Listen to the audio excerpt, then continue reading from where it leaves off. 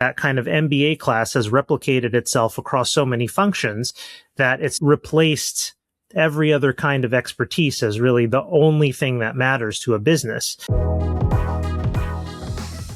Today's guest is Darryl Campbell, who's a former tech insider who spent 15 years in Silicon Valley working at giants like Amazon and Uber, as well as early stage startups. He's the author of Fatal Abstraction: Why the Managerial Class Loses Control of Software, which argues that many of big tech failures are not engineering problems.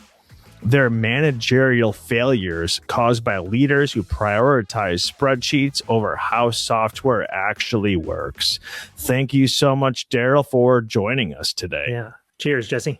So cheers, Darryl. So first off, as the book is called, Fatal Abstraction: Why the Managerial Class Loses Control of Software. I think first off, we just need to discuss what actually is managerialism and what is the managerial class. So the best shorthand that I can think of is people with MBAs. The stereotype of the founder engineer who scales this little tiny garage startup into a gigantic world-spanning company really doesn't exist anymore. In fact, a lot of the big companies that are internet giants, so your Googles, Amazons, Ubers, are run by people with little to no software experience, and their primary background is in business or finance, and a lot of them have joined the company years, if not decades, after kind of that initial seed stage. And actually, we see a lot of even small startups getting what's called, I think it's called like entrepreneur by purchase or something like that, where MBAs will essentially invest in a startup with the condition that they become the CEO and they can kind of take this little tiny thing that's usually thought of as being founder and engineer driven and really build it from scratch as this kind of managerially, financially focused company. And so I think that really is why we see a lot of problems with technology and software today that maybe we weren't seeing in the golden age of the Silicon Valley startups of like Apple and Google. And I think that leads to a lot of dissatisfaction with how people feel completely at odds with their phones, their computers, the software that they use. It's because they've gone from being end users around whom the whole project is built into kind of stores of value that you need to constantly extract cash from. And I think that's why people feel like software is now very different than it was decades ago. In your book, Fatal Abstraction, and I also saw you on YouTube when you were speaking at the South by Southwest conference, I believe it was at Austin, Texas, or last time I've been there. And but you're talking about in 1970, where Milton Friedman said that the whole goal of a company is to maximize shareholder value. And in the book, you talk about this, but it basically it's like, 1970, essentially the U.S. is more of an industrial society. And now in 2026, we're more of a service economy. And was it in 2019, the corporate lobbying group Business Roundtable issued a new statement of purpose saying that they should no longer be maximizing shareholder value. I'm not even really sure what that means in 2026, but you want to kind of talk about, like, say, the golden age of managerialism in the industrial era and how that differs with more of a service economy in 2026.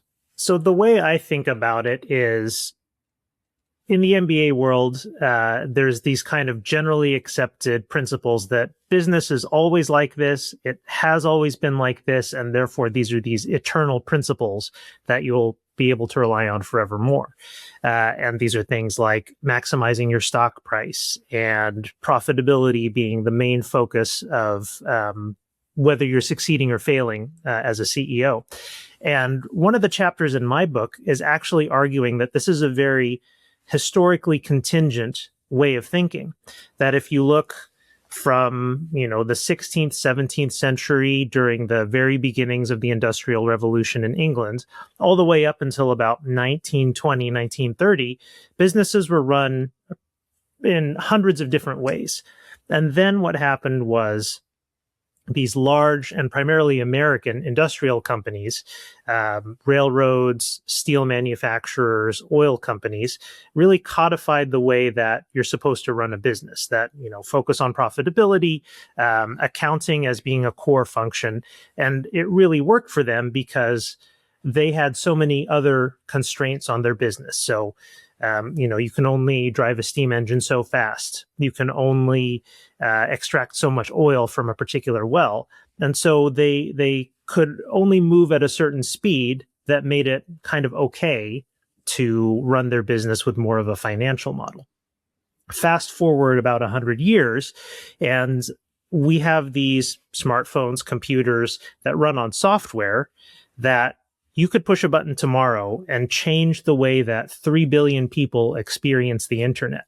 In other words, these physical constraints that really slowed down the pace of change and forced people to think about, if you make an industrial part, you have to go through testing, you get rounds of user feedback, and it takes years and years for it to really filter through your ecosystem.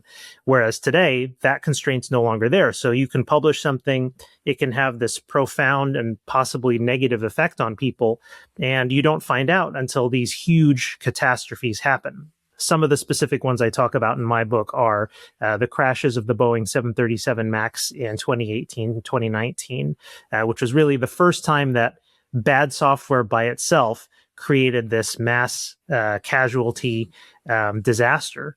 I also talk about the crash of self-driving cars, or a self-driving car that killed a pedestrian in Phoenix, which is when I was working at Uber, that happened there.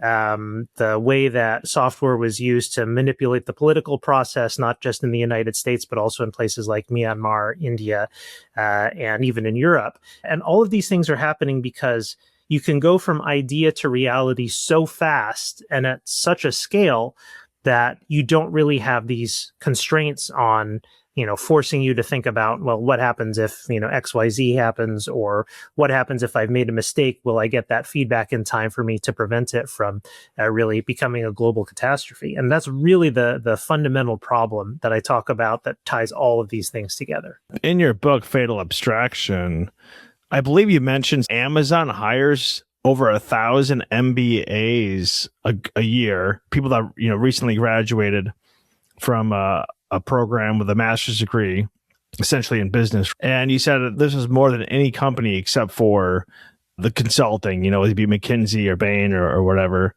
Boston Consulting Group, etc. But then in your book, you say that in 1922, Harvard founded its own business school and launched the very first Master's in Business Administration, aka MBA, and that essentially these schools have changed little, in that upwards of 75% of the coursework on most of these MBA schools learn the same financial and administrative methods that railroad accountants pioneered in the 19th century. So 75% is the exact same in 1922, last time I checked, was over a century ago. I mean, we have software code, but then we also have the financialization. I mean, 100 years separating the two, it seems like there's something's got to give. I hope so. And we're seeing a little bit of that within the MBA curriculums itself. But I also think, and where I sort of place my own hope, is that there's this broader social reaction to the way that these software companies are being run. I think the AI backlash is a perfect example of it, that people suddenly feel like they're no longer partnering with the executives who run these companies, but they're really almost in an adversarial relationship.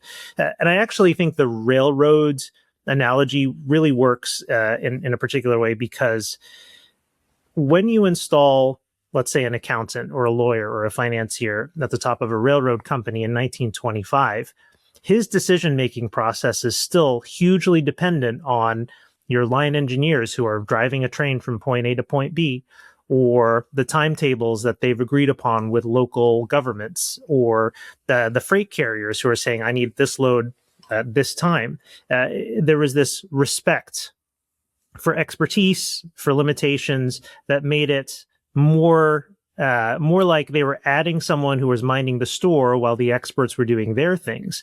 But 100 years later, that kind of MBA class has replicated itself across so many functions that it's sort of replaced every other kind of expertise as really the only thing that matters to a business.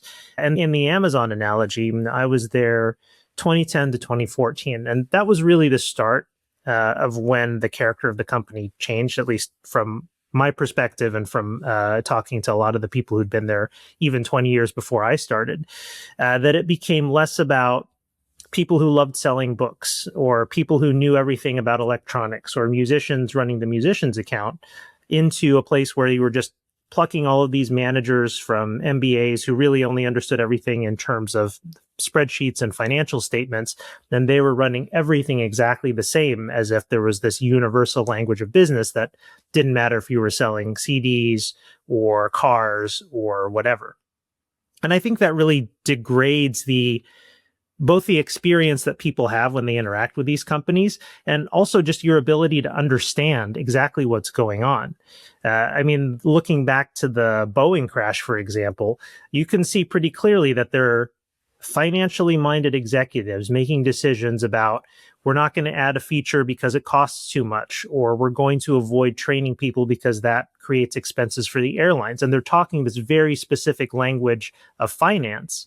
And then when a safety engineer or a pilot comes to them and says, hey, this is unsafe, this is going to get people killed, they're saying, well, that's not really our problem because you're not quantifying it in a way that I can understand. Therefore, I'm not going to listen to you. And I think that really is alarming because it means that all of this, if you want to say expertise or really humanistic thought, or what people inside the financial world call externalities, which is to say external to the financial statement, suddenly has no bearing on the way that you're steering these massive companies. And I think that's really the fundamental problem. In your book, you had the analogy of smoking, talking about like the managerial class, and you also talked about this in your South by Southwest presentation, which I actually thought was your best example from the standpoint of managerialism, because this goes back to the 1950s, where I believe as a Reader's Digest article came out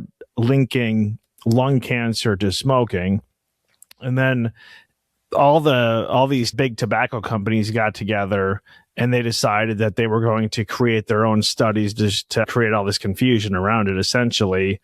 And as you mentioned in the book, how people look at like Mad Men and they think it was just a bunch of these people from the South trying to own these tobacco companies that are a bunch of hillbillies that are the ones actually making this stuff up. But it's not. It's a bunch of people that went to Ivy League school. Like every single one of these CEOs went to Yale. They went to Harvard. They went to, Brown. And it was actually the managerial class that was the one. And it wasn't that they actually didn't understand the science. It was the fact that they were looking at a spreadsheet. Like, okay, if we say this and we pay this, well, the numbers add up. It doesn't really matter if people die.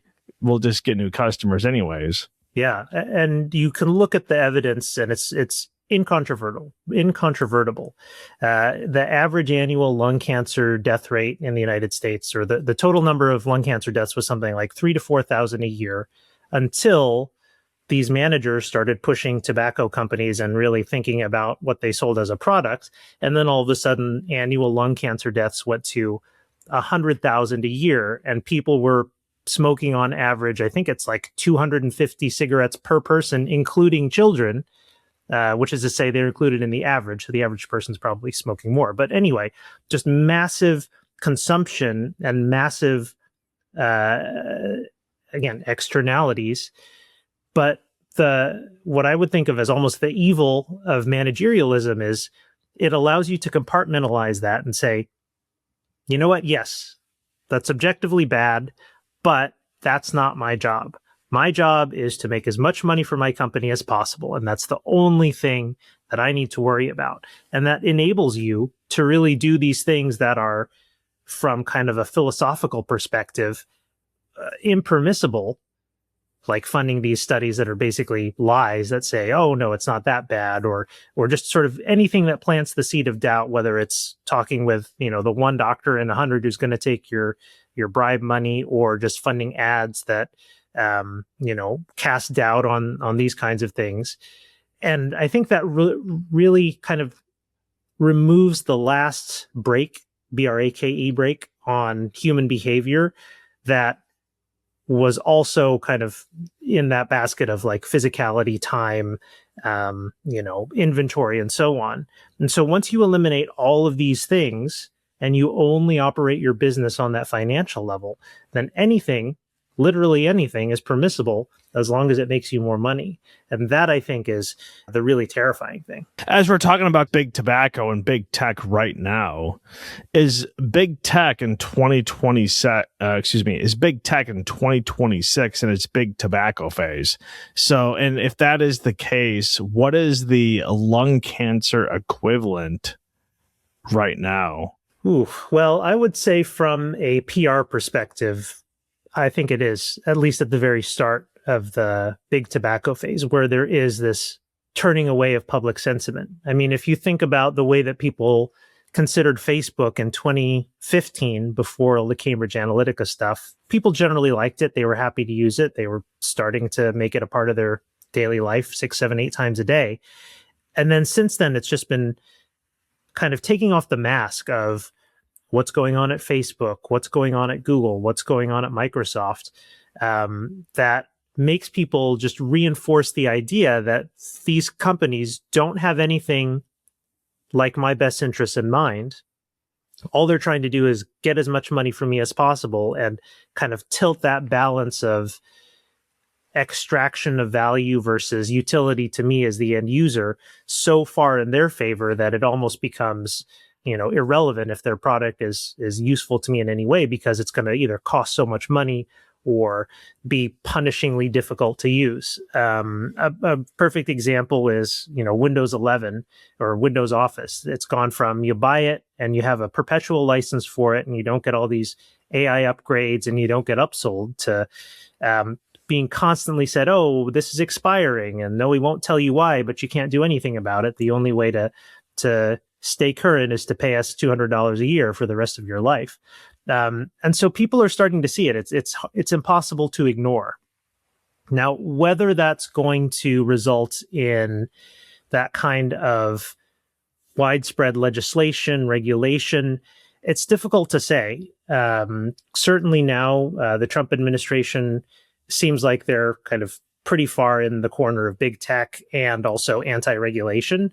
But in places like Europe, India, Southeast Asia, we do see a little bit of regulation and kind of this emphasis on reducing the power of big tech by saying it's to protect kids or to limit human trafficking or to even prevent these kinds of political disruptions due to deepfakes or something like that. We're starting to see a little bit of that, but it really requires this continuous public sentiment that people feel like they want that they need the government to step in to do what they can't for it to continue. So we're at what I think might be an inflection point, but it's still too early to tell if that's going to be a permanent change or just one that is here for a couple years and then leaves when the next cycle of political change happens. I was reading your book and Enshittification at the same time, and there's a lot of overlaps, and you do mention in your book the concept of Enshittification. I mean, how closely do you think there's similarities between Enshittification and kind of like the fatal abstraction? Oh, absolutely. In fact, I talked with Cory Doctorow as I was writing the book. The way I see it, Cory and other writers like him, like Kathy O'Neill, the 2 New York Times writers who wrote the book about Facebook, they have that kind of one level down insight into how things are getting worse. So whether it's through the lens of social media, through the lens of this constant microtransactional world, through the lens of consumer internet. Like, there are people who can do that better than me. But what I can do is kind of explain the why behind the how that they're describing. That, if you only read, let's say, The Ugly Truth, the book about Facebook, that came out, I think, in 2022, I want to say, then you might think that all of this is just due to Mark Zuckerberg being weird or not understanding people, or basically turning it into a primarily sort of human tragedy. But what I'm trying to show is that this is actually a systemic, not even a failure. It's just the way that this managerial layer, that this MBA financialized sort of stock focused layer operates as a normal course of business, that it's not an anomaly based on how one person is interacting, but it's just going to be a perpetual problem unless we figure out ways to really counterbalance the managerial class's hold over specifically the tech industry, but really so much of global business. As you mentioned in the intro that you used to work at Uber, and in the book you say that one engineer calculated that these autonomous vehicles got in accidents about 1 every 15,000 miles, making them around 35 times more crash prone than human drivers. We always hear about how these AI driven vehicles are so much safer. I mean, I guess, one, where did you get that stat from, and where are the others getting the stat? And as someone that actually worked at Uber and worked on this, do you think that we're better off in vehicles driven by robots or vehicles driven by humans? So I think this is a really great test of where kind of not you specifically, Jesse, but one in an abstract sense kind of falls on the spectrum. I do think that in 2026, self-driving cars are probably within the parameters that they're allowed to operate, at least equivalently safe as a human driver, although I will admit I have not been in one yet. But if you think back to the period that I'm writing about, this is 2017, where autonomous driving is still very new, and a lot of the software, as this person wrote, was essentially untested. The stat specifically that I quoted was they had an internal calculation of how many accidents per passenger mile. And then you can just compare that to government statistics where they say, for the average urban driver, here's the average crash rate, and then compare the two. So the question becomes, knowing that you've got a product that is thousands of times riskier than a human driver, is it okay at that point to release it into what is essentially the wild, into testing on public streets, knowing that you're putting bystanders at risk, and then you can potentially get to the final market version a year or two faster? Or do you take that risk and then continue to operate it only in closed test environments and so on, knowing that it will take you a little bit longer to get to the data fidelity where you are actually comparably safe to a human driver? And then the interesting pressure on top of that was that, this wasn't an academic question. Travis Kalanick, who was the CEO of Uber and the founder of it, said, autonomous is going to be our future. If we don't get autonomous vehicles on the road by 2018, we are going to cease to exist as a company. And that really created this essentially arbitrary business pressure. Like, there was really no reason to do that, except he had a conviction that was going to be true.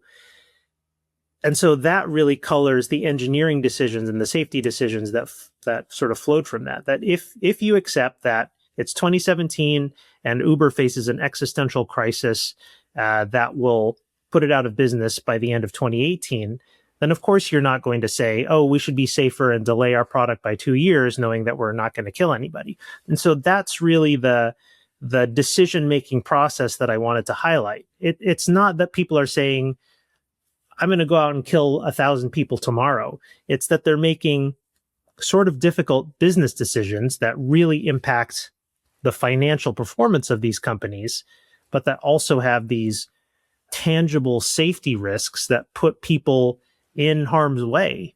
And as we've seen every single time, these managers are always going to choose the thing that preserves the business or has the most business upside, even if it creates risks to other people. In the book, when you're talking about Travis, Kalanick, I think you call him TK, and you're talking about the work environment, it almost seemed like kind of like this cultish atmosphere. And if you've seen, what was the show? I believe it was We Crashed, or We Crashed, and then there was Super Pumped about Uber specifically. Yeah, there was Super Pumped, and then if you looked at the one about Theranos with Elizabeth Holmes, what was that one called? It was I forget the name of that one. It was like The Inventor or something, but yeah, I know what you're talking about. But Amanda Seyfried. Yeah, exactly. And you just kind of get like these young, college graduates. And it just seemed like these people are just very manipulatable, and you can have this agenda. I almost wonder, like, to me, when I was between, like I said, between reading your book and reading the Enshittification, it seems like to me the Enshittification actually is the business model that they just don't want to tell people. The whole reason why they want to, what do the VCs or venture capitalists say? Like, it's grow big. That's like the first priority. Let's pump all this money into it, corner the market. You're actually losing money. I mean, I believe Uber didn't even make a profit until like 2024.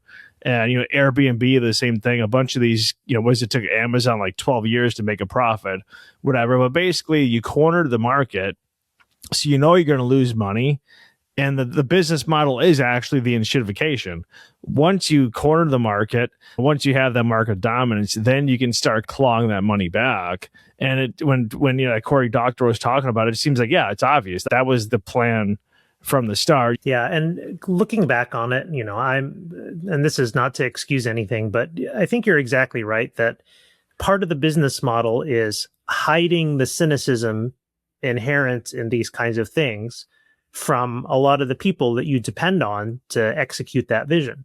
So when I joined Uber, I was, 2016. So I was 31 years old, but I was one of the older people in my cohort. Like a lot of them were late 20s. They came up during the Obama years when this sort of tech idealism was the way to think about it. The iPhone came out when we were in high school or college. The internet became ubiquitous. Like we didn't have to use these dial-up modems. And there was really this idealism about the utopian, liberating qualities of technology. And you're absolutely right that a lot of the onboarding and really the sales pitch for tech companies today, as it was 10, 15 years ago, was, be a part of the solution to all the world's problems, be a part of this utopian vision. And for someone coming out of an elite school who, thinks they are uniquely positioned to both see the world's problems and fix them, that's a really appealing message. And a lot of the first year of, being at a lot of these companies really is reinforcing that vision, so that by the time you get disillusioned, you're almost handcuffed in there either by the prestige of the job or the promise of future equity, or just the idea that you're never going to be around this many smart people all at once. And so it does become this self-reinforcing process that either, I don't want to say trick, because that kind of takes the responsibility away from the tech line workers like me, but it makes it easier to say, I'm not going to worry about this right now until the moment that, you cannot escape the consequences of your or your company's actions. The Uber self-driving accident happened in, I believe it was March of 2018. And like, that was the moment for me that said, a year ago, I was up there defending Uber's not evil. Maybe I'm wrong, or maybe I can't look myself in the face anymore and say, this was the right thing to say, or this is still today the right thing to say. And that's, 2 months later, 2 or 3 months later, I was gone from there. So, it's a difficult thing to realize that you were a part of something that you're now both on the outside of and highly critical of. It also feels like crocodile tears somewhat, to be like, well, why didn't you realize that in the moment? But, one of the things that I did want to convey in the book, and in that Uber chapter in particular, was just how much effort these companies put into making it easy to accept the bad stuff as just either a transient thing or kind of the necessary breaking of eggs to make the utopian omelet that's your technology. You mentioned a lot in the book about the plane crash with Boeing. And you worked at like Tinder.com, Hotels.com. You worked at Uber, Amazon. You worked for 2 startups. Do you have one story that is kind of comparable to like the Boeing, where you have a mistake in the software and you literally had a couple planes go down? Is there any example like that where you personally experienced something to that effect? Probably the self-driving car would be the thing that I was personally closest to. And actually the reason that I started the book with the Boeing example was because it's a relatively straightforward one to understand. You know, these managers made a decision, software engineers had safety concerns but were overruled, and planes crashed and 386 people died. That's a very easy to understand problem. And I think the insidious thing about the things that consumer tech companies are doing, like Facebook, Amazon, Google, is that there's really no smoking gun or plane crash that's equivalent to that. But the impacts are so much larger and so much more profound on social cohesion, child safety, and so on. It's just, you know, you kind of need to have one clear example so that the more abstract ones are easier. So I'll give you an example. In Facebook, we talk about how important it was just to grow the number of people who have friends, because the number of friends that you have predicts the amount of time per day you're going to spend on Facebook. And the amount of time per day you spend on Facebook means you're a more valuable customer to serve ads to. So that's a very clear business loop. What it doesn't really account for are things like political movements that really sort of create these spam bots that farm engagements that become the most popular and most connected things in a country like Myanmar. And then they're used to create, essentially out of whole cloth, this genocidal movement against the Muslim minority in there. And that created, you know, the murder of 20,000 people and the displacement of almost 1 million into Cambodia and Thailand. But that's sort of a slow moving disaster that you kind of have to think your way through and really understand the chain of causality. So the challenge really is, you know, the Boeing example, a clear smoking gun, but 300 people died. The Facebook one, it's a much harder and more abstract thing to think through, but the impact is so much larger. Thousands of people displaced, thousands of people dead. This essentially ethnic cleansing that was created that couldn't have been possible 10 years ago when there wasn't any Facebook. But that's the kind of thing that's enabled when you sort of have all these young Ivy League educated people who are raised in an American context who only think about there's one way that this software is going to be used, and it's to make friends. And then they are presented with evidence that that's not the case elsewhere, but they don't do anything about it because it kind of goes against their own conception of what the business does and how it's going to be used. And so I think that really makes it difficult to predict the downsides of software in a lot of ways.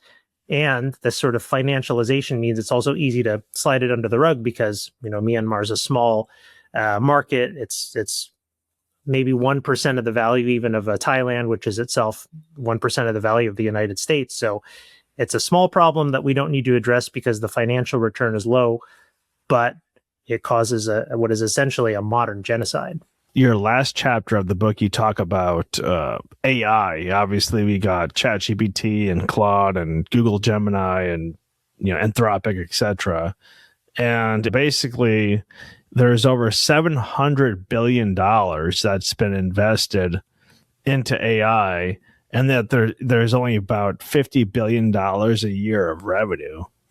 And that doesn't include the fact that, you know, every few years, all these GPUs essentially burn themselves out and have to be replaced. Your CapEx spend every few years is really in the billions of dollars. And so that $50 billion a year revenue is pretty bad considering the investment. How do you see AI shaping out the next 5-10 years? To my mind, it's most similar to the Uber situation, that you have this pretty clear financial picture that just doesn't compute, that you've got 50 billion in revenue, but 700 billion in investment. And so you have to find 650 billion somewhere. And that really makes me worried about what people will say or do in order to eke out another $1 billion or so. We've already seen, for example, Sam Altman saying we're going to release a more adult version of ChatGPT. We saw XAI with Elon Musk release its essentially like a sex bot type thing on Grok Premium. We've seen ads coming in there. The challenging thing is when you have such a huge financial burden on you, that kind of takes off any restraints that you'll do literally anything to be the first person to say, I've solved the AI financial dilemma. And I think that creates a lot of dangers, because what does that mean? Is it going to be like you make it easy for anyone to deep fake anybody in the world for $20 because that gets you $10 billion in new revenue, but it also means that you're starting a war in, Eastern Europe somewhere? Like, what is the moral calculus that kind of goes along with a financial thing? Or is there anything that's going to prevent someone from making these financially lucrative, but fundamentally destructive or harmful decisions, knowing that they have to make up this, billions and billions of dollars shortfall? We haven't seen, to my knowledge, anything quite yet, but just this continuous hype cycle, this constant announcement that, AI is going to do this, it's going to put everybody out of business, really means that the ability of people to be properly skeptical of what AI can actually do versus what people have a lot of money invested in saying that it will do, that gap is so large that I think it's just hard for the average consumer to really apply the right level of skepticism. And I think that's why we see so many people, hyping this thing up and then being super disappointed.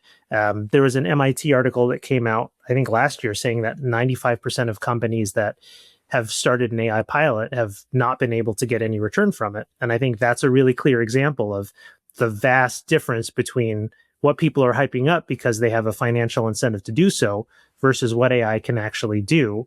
And right now, what I think is happening is that the market's trying to arbitrage the middle and say, as long as we can cash in on the hype, that's all that really matters, even if we can't deliver on the back end. In your book, you're talking about how back in the day, a lot of these coders, programmers, computer scientists, whatever you want to call them, they were in short supply. So they had kind of a lot of market power, especially with their employer. But, recently, the last 3 years, over 500,000 tech employees just in the US have been laid off.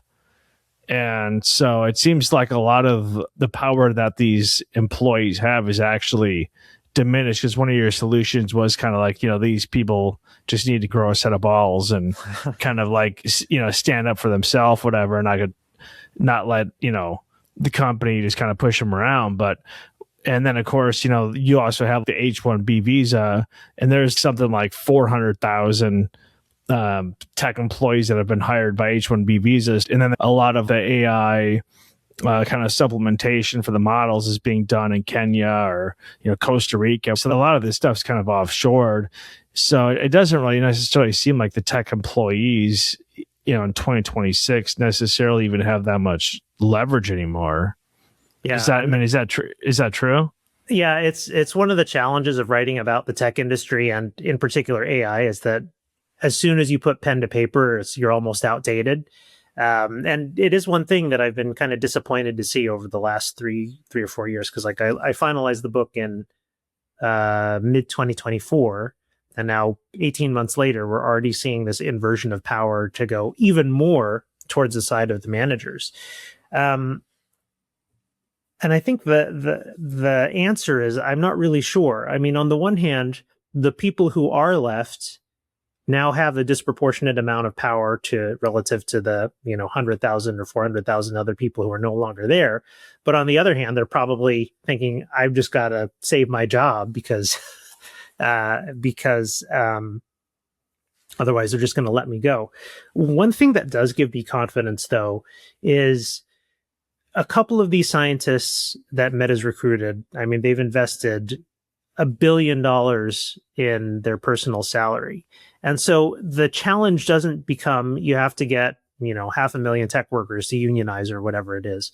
You just have to convince one of these people that we need to do something to counterbalance the financialization and the kind of hype of the tech industry and add some humanity back into it. And so the problem doesn't become, how do you sort of mass market this conscience?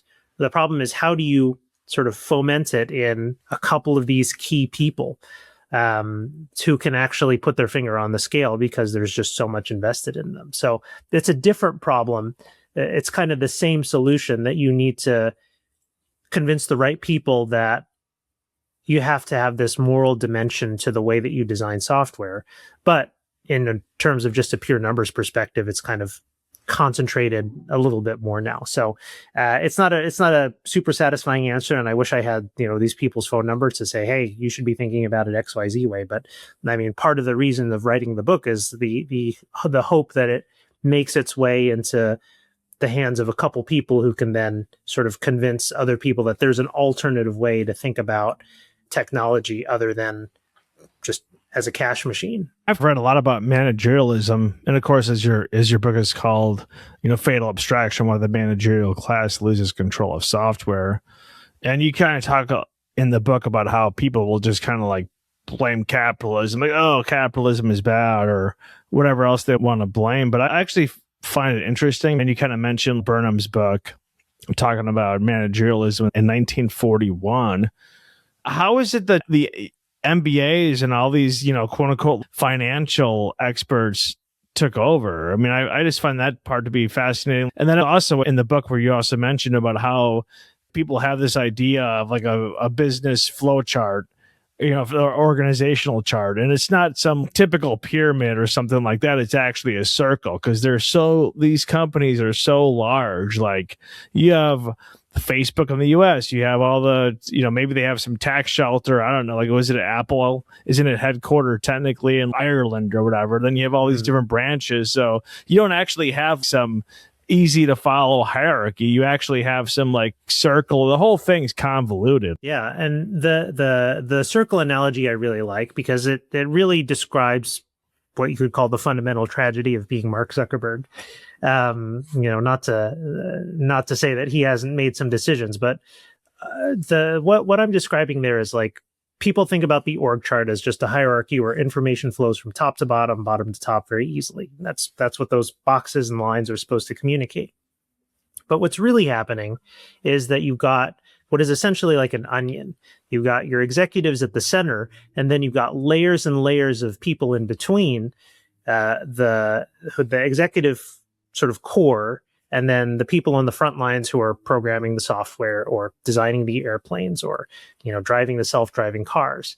And the breakdown happens when you have too many managerial layers, too many people with MBAs, too many finance people who insulate the executives from the feedback that they would theoretically like to have about product safety, or, the dangers or the ways that their product isn't being used properly. It just doesn't get there because all of these financiers in the middle say, it's not a financial problem, don't worry about it, or it's going to cost too money, so we're not going to do it. And so I think that really affects the way that people's decision-making process occurs, because so much of what happens in a large organization is about the control and flow of information. And if you can control what's getting to the center, then you can say, hey, the only thing that matters is finance. That's how someone like Mark Zuckerberg, who does start as a coder and has that engineering focus, essentially gets turned into a puppet for a lot of these financial interests, because the people in between him and the frontline coders just aren't passing up the information that he needs to make good decisions from the software perspective.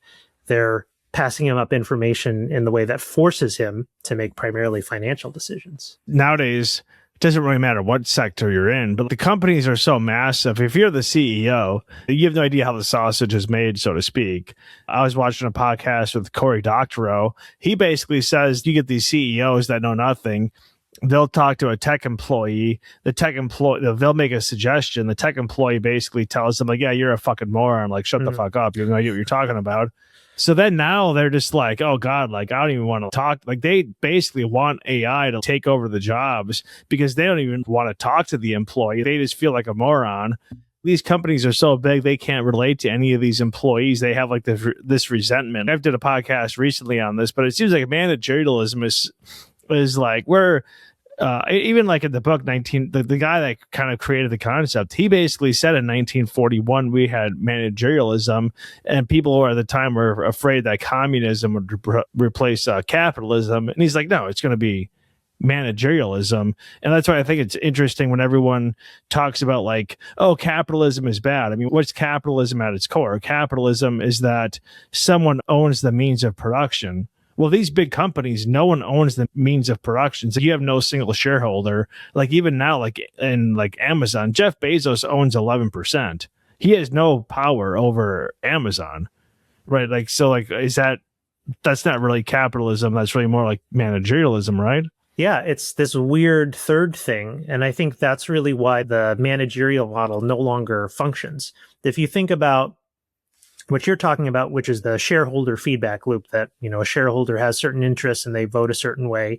And now that's become so diluted that nobody really has the interests in mind of anything outside of the company. And so people just delegate decision-making responsibility back to the CEOs and the executive class, therefore concentrating power on them in one way.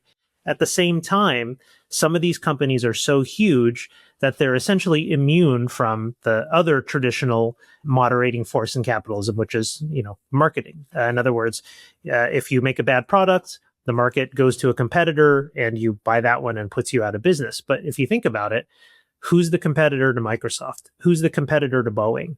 Like there's what are de facto monopolies over huge sections of the economy that Facebook can do whatever it wants. And it's so large and so ingrained in people's day to day that they're never going to abandon it except for these sort of performative delete Facebook kinds of things. So there's that check on the executive decision-making process is also gone.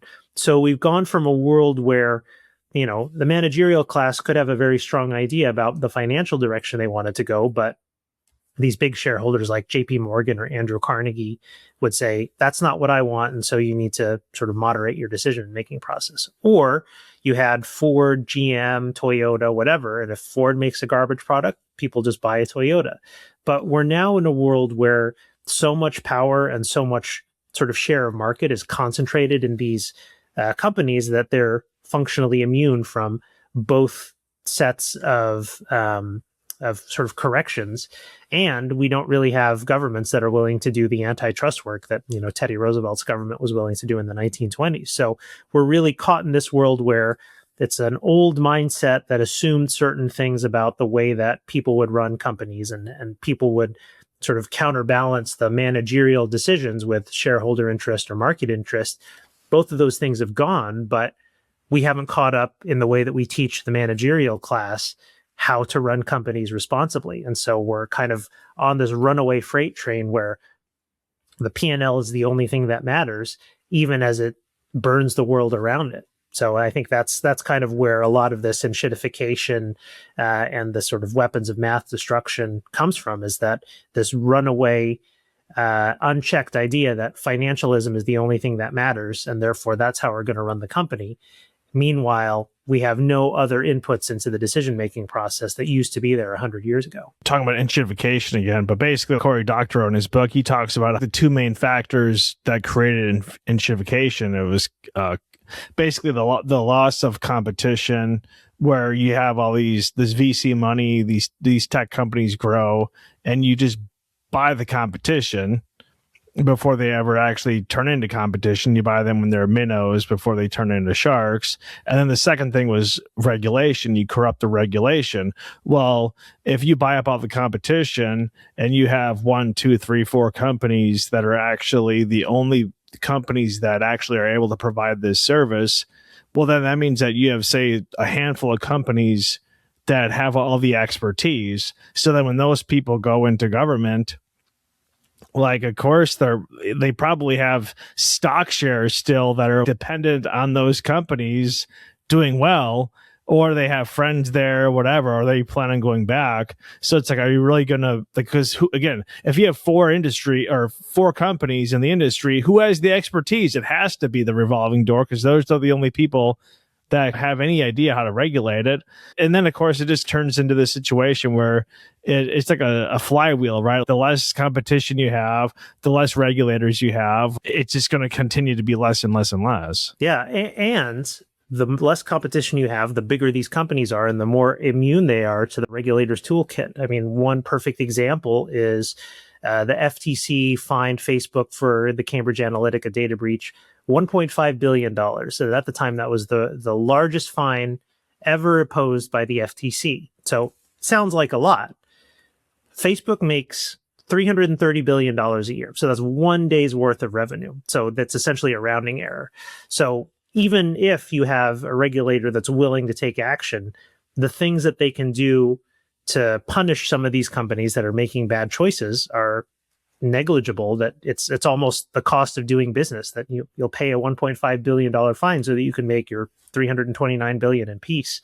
Again, the financial lens, it's a very simple calculus, even though it ignores the signal that you guys are actually doing something harmful for society in general and the United States in particular.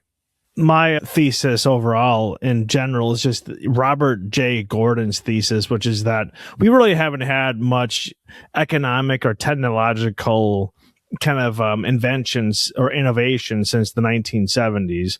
And Robert J. Gordon basically says that the era of transformation, economic growth is over because today's technologies don't boost productivity and living standards the way past breakthroughs did, such as electricity, plumbing, jet engines, etc., and that smartphones and applications optimize convenience, and that we're not really in a tech boom. We're just in a diminishing returns phase dressed up as innovation.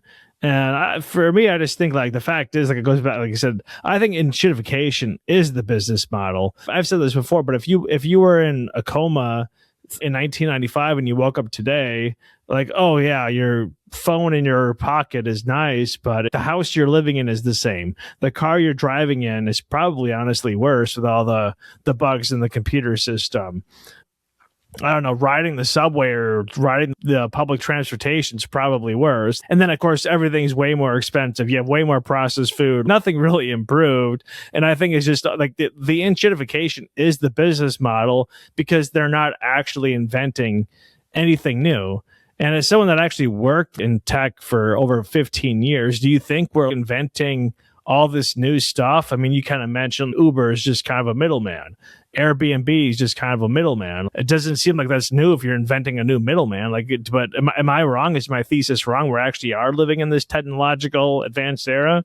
Yeah, I'll believe it when, I can go to space for the price of an airplane ticket. But I do think that there's a lot of truth to that. The other force that I didn't really talk about in my book, but I think as you look at the tech landscape is increasingly true, is that the increasing concentration of venture dollars, stock returns, whatever, on VC-backed companies is almost steering the sort of innovation potential of whatever people are working in software into these very specific and very kind of redundant sort of things. Like 10 years ago, everybody wanted to create the Uber for X.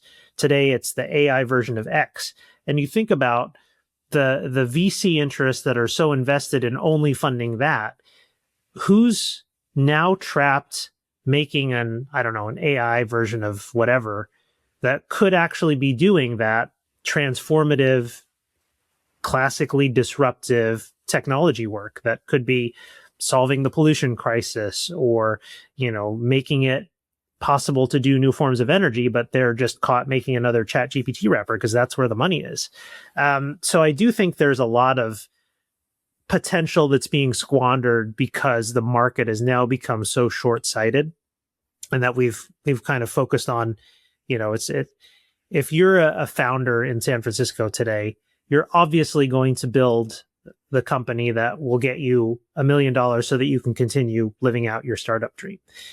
20 years ago, it was a lot more free-flowing. Like you had alternative sources of income, you had incubators at companies, you had, the cost of creating a startup was so much lower back then that you could afford to take these risks. But now we've kind of trapped ourselves in this economic loop where housing is expensive, food is expensive, you got to have your $1,000 smartphone, you got to have your expensive insurance, that as a rational economic actor, you almost are constrained to only do these specific things that the market or the VC world only wants you to do.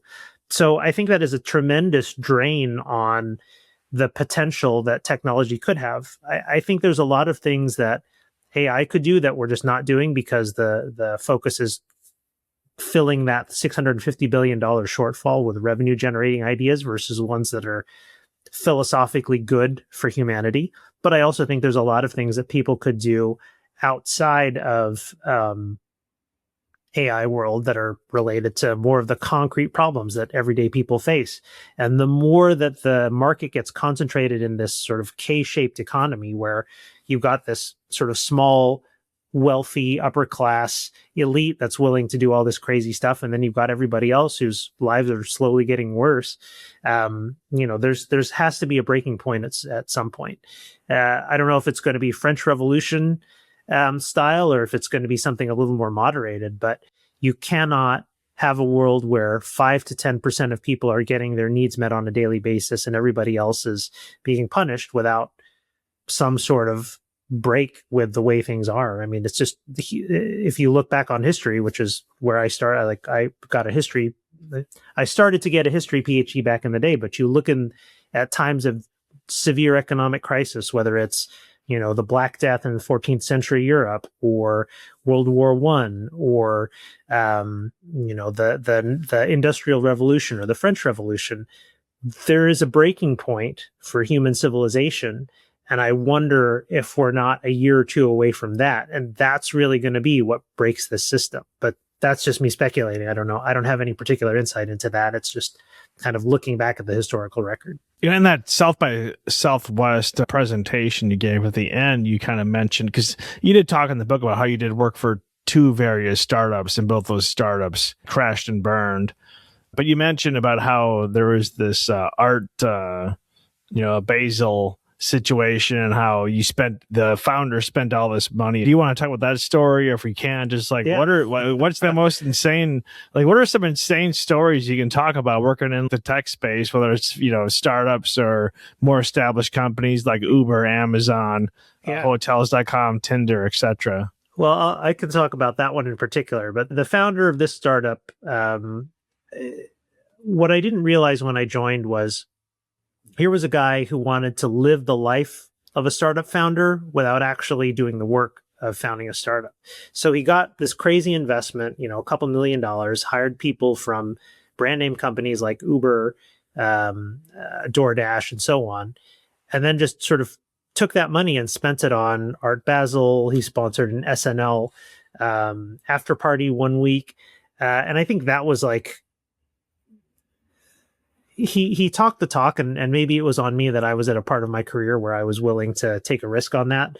But there's really kind of no way for me to understand that until you're in the middle of it, that this is a guy who doesn't really want to do it because he had the PowerPoint presentation, he had the finance background. So I think that was a lesson learned.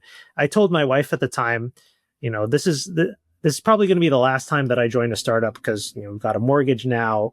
I'm turning 40 soon. So this is my last chance. So I'm going to either learn a lot or where it's going to be a wild success. And it's true, I did learn a lot, just not the things that I thought I was going to learn about. I didn't realize how expensive it is to run a party in Art Basel. But that's more of a learning experience on my end. I mean, the other thing that I talk about, and this was from my time at Natch Group, which is the owner at Tinder, is that you can see a lot of these trends years before they become sort of public. So one thing that they're dealing with now is just this constant abandonment of things like Tinder because, again, and Enshittification, that it's become so monetized that they've focused on driving as much revenue from people as possible that the core experience is now unusable. And, we were warning about that when I joined early in my career, basically ignored. And now it's becoming this sort of death spiral that the company's caught with its largest property that doesn't really do anything anymore because people have abandoned it. So it's not that people don't understand what's going on. It's just that the way that this financialism focuses them on the next quarter or the next annual earnings call means that you're always going to have this short-sighted way of running your business, at least for public companies. For private companies, it becomes more like, how am I going to get to the next round of investment? And I think that's a really dangerous way to create technology. People like me and a lot of my colleagues in the tech world got into it because we really did believe that we could make the world a better place through tech. And we've kind of had that vision beaten out of us over the last 10 years, not because the fundamental promise is not there, but because there's this managerial layer that just is at cross purposes with that. Like, they don't care about doing good. They just want their second house, their yacht in the Bahamas or whatever. And they're quite literally willing to do anything to get there, even if it means throwing the rest of the world under the bus. And I think that's the fundamental thing at the root of Enshittification, at the root of all this AI hype. If you look back on the cryptocurrency, like what's his name from the Sam Bankman-Fried? Yeah, SBF. Yeah. I almost said MBS. That's different. I know SBF. It's like they could have changed the world, but instead they just made a giant scam. And you think about all the brain power that's wasted on that, not just specific to FTX, but everything else. Like, that's just sad. And I think that has to change at some point, that people realize that the current ecosystem of the tech industry is just at odds with their values. And so they find an alternative, or the economy crashes. And I don't want this to happen, but the economy crashes to the point where then it becomes less risky to take some of these wild bets that could actually, change humanity for the better, as opposed to working on your 1,000th iteration of a ChatGPT wrapper. It's just that the economic incentives are not there right now. And as an individual founder living in San Francisco, it's hard to turn down money when it's staring you in the face. So it's that perpetuation of the same logic. As we mentioned with the Enshittification, like, when did this stuff kind of take hold and what you're talking about now? But I kind of just think it goes back into social media, where it's like this social comparison, where, as you're mentioning, you worked at these like multiple startups and the founder had no idea about business. I was reading some of your reviews on your book, and it seemed like people didn't like your chapter on the PowerPoint. Actually, that was probably one of my favorite chapters, was on the PowerPoint. But basically, you have some tech founder come into some room, have some awesome PowerPoint presentation, get millions of dollars. They have no idea what they're doing. And then they hire these people. And why is everyone hired? What is it? A coder? All a coder is essentially a failed entrepreneur, or a wantrepreneur or whatever, because they all have this idea in their mind that that's going to be them in the future. But to me, social media created this idea that everyone can live this billionaire lifestyle. Having the old, the middle class lifestyle now is almost rubbish, versus like, oh, I just want to be comfortable, have my dog, my kids, I don't know, maybe a couple vacations a year. Now that's kind of like, oh, like that's like a pleb. That's like, you're in flyover country, whatever insult you want to give. And when the doctor talks about Enshittification, it really kind of, to me, coincides with the era of social media. And it just goes into the social comparison. Everyone thinks they're smarter than the other person. Everyone thinks they're better looking, a better driver. They think that they're more hardworking and they deserve more. And then when you see some loser on social media that is living this awesome lifestyle, even though it's probably fake, but when you see that, you're like, damn, I need to like sell myself out so I can live that lifestyle. And like, people just do it to themselves. I think if your expectations are realistic and I don't know. I guess I'll stop talking. Well, but I think you got a really interesting point, which is that as much as we want to think we're rational economic actors, there is a lot of irrationality inherent to the human condition. And we're always going to compare ourselves to whoever has the best Instagram page, or whoever, releases the best video of them having models deliver them champagne with sparklers or whatever. It's just a reality of who we are. And I think that that's kind of the problem with this financial model, the financialization and managerialism, is that it assumed that there would be this sort of equilibrium between rational economic forces at the management level, at the worker level, at the level of extracting resources from the ground or whatever.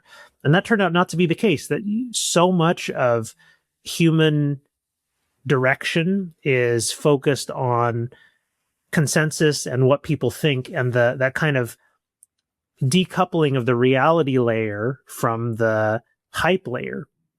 In its most malignant form, it's exactly what we see with AI, but we're seeing it on the small scale every time you log on to Instagram, that, people want to appear in a certain way, and social status is so important.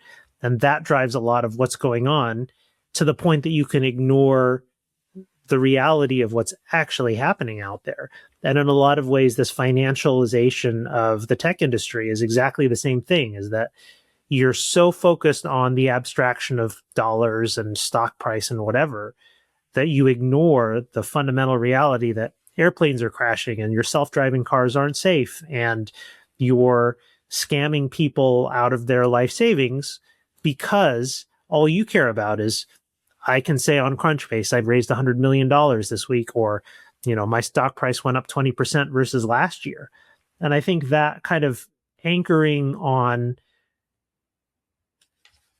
partially real metrics of value really speaks to the basic insecurity that you'll never be able to escape as a human being. And we have to acknowledge that, rather than try to hide it behind these sort of rational economic measures, because, at the end of the day, we're all just these sort of scared beings seeking approval. That's just that some of us happen to run multi-billion-dollar companies that, 3 billion users open up every day.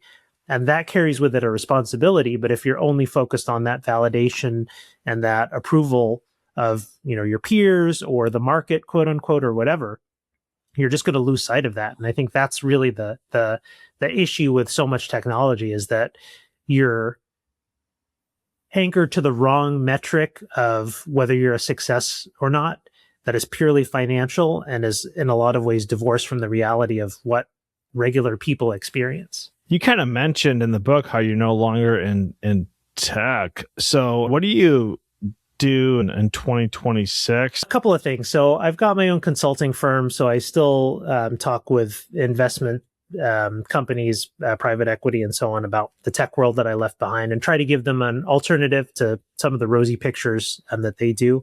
I'm starting to think about what book number 2 is going to be. That one's probably going to be around parasociality and how people, what social media was founded on and how people use it today, and kind of the difference of that. And then, I work in the hospitality industry now, and that's actually really refreshing because, number one, people are nicer.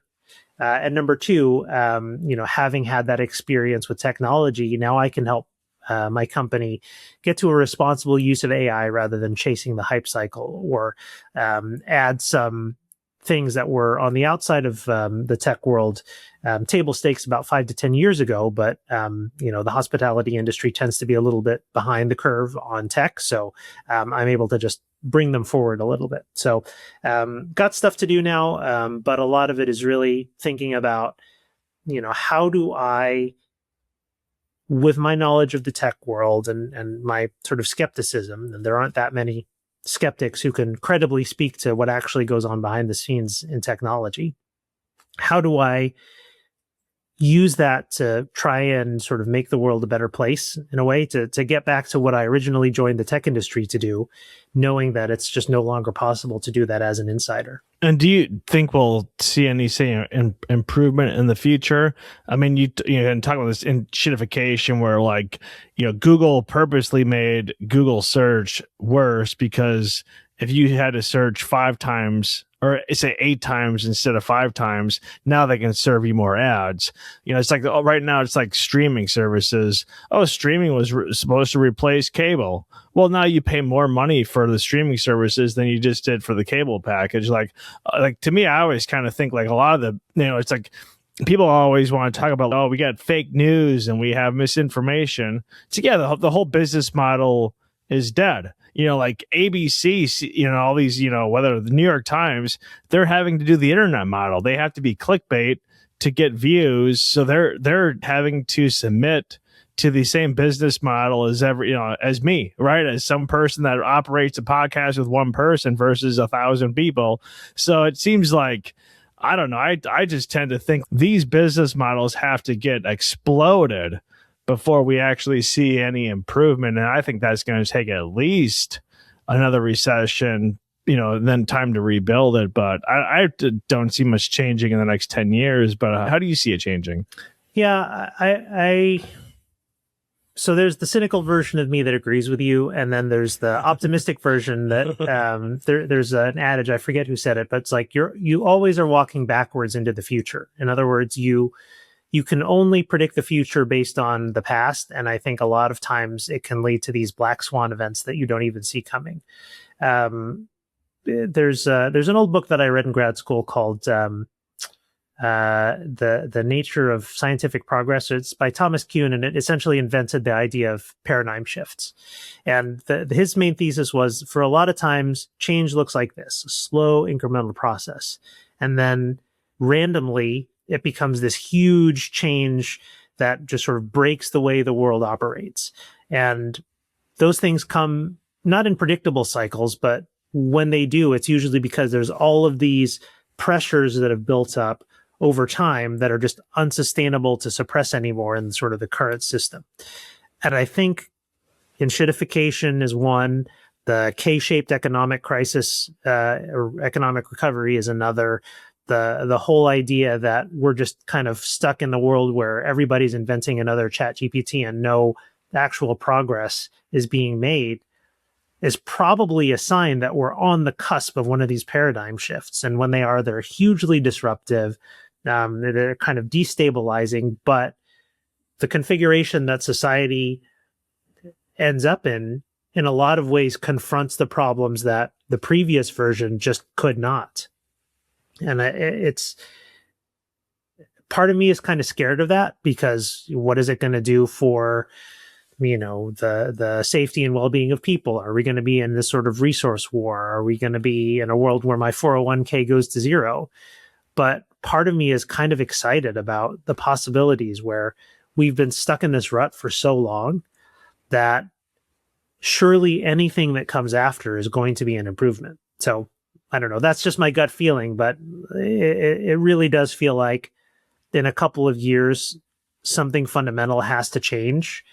And if you can get ahead of it, that's great, and have it with minimal disruption. But a lot of times we just see that people are so wedded to their particular way of doing things and their habits and their kind of conviction that this is the only way, that until they get rather sort of violently in some ways shown that that's not true, you're never going to break them out of that. So I feel like we're getting close to that point. Today's guest has been Darryl Campbell, who is the author of the book Fatal Abstraction: Why the Managerial Class Loses Control of Software. So thank you so much for joining us. And two final questions. One, where can people find your book, Fatal Abstraction, get a hold of you, that kind of information? You did mention you do consulting work. And then finally, leave us with a final thought related to this podcast. Sure. Darryl Campbell, Darryl Campbell, just like the soup.org is my website. You can contact me there or find everywhere the book can be found. Amazon, Barnes & Noble, your best bets today. A final thought is, honestly, it goes back to that paradigm shift model that progress is rarely steady or comfortable or predictable. But when it happens, it can feel like sort of the world has gone from black and white to color overnight. It feels like we're in a black and white phase right now, and I'm really interested to see what the color phase afterwards looks like. My dear friends, that is it for this episode of El Podcast. Once again, if you're not yet subscribed, please subscribe on YouTube as well as Rumble. You can also find us on Spotify and Apple Podcasts or wherever you get your podcasts from. We thank you all from the bottom of our hearts for watching and listening, and we will see you on the next episode.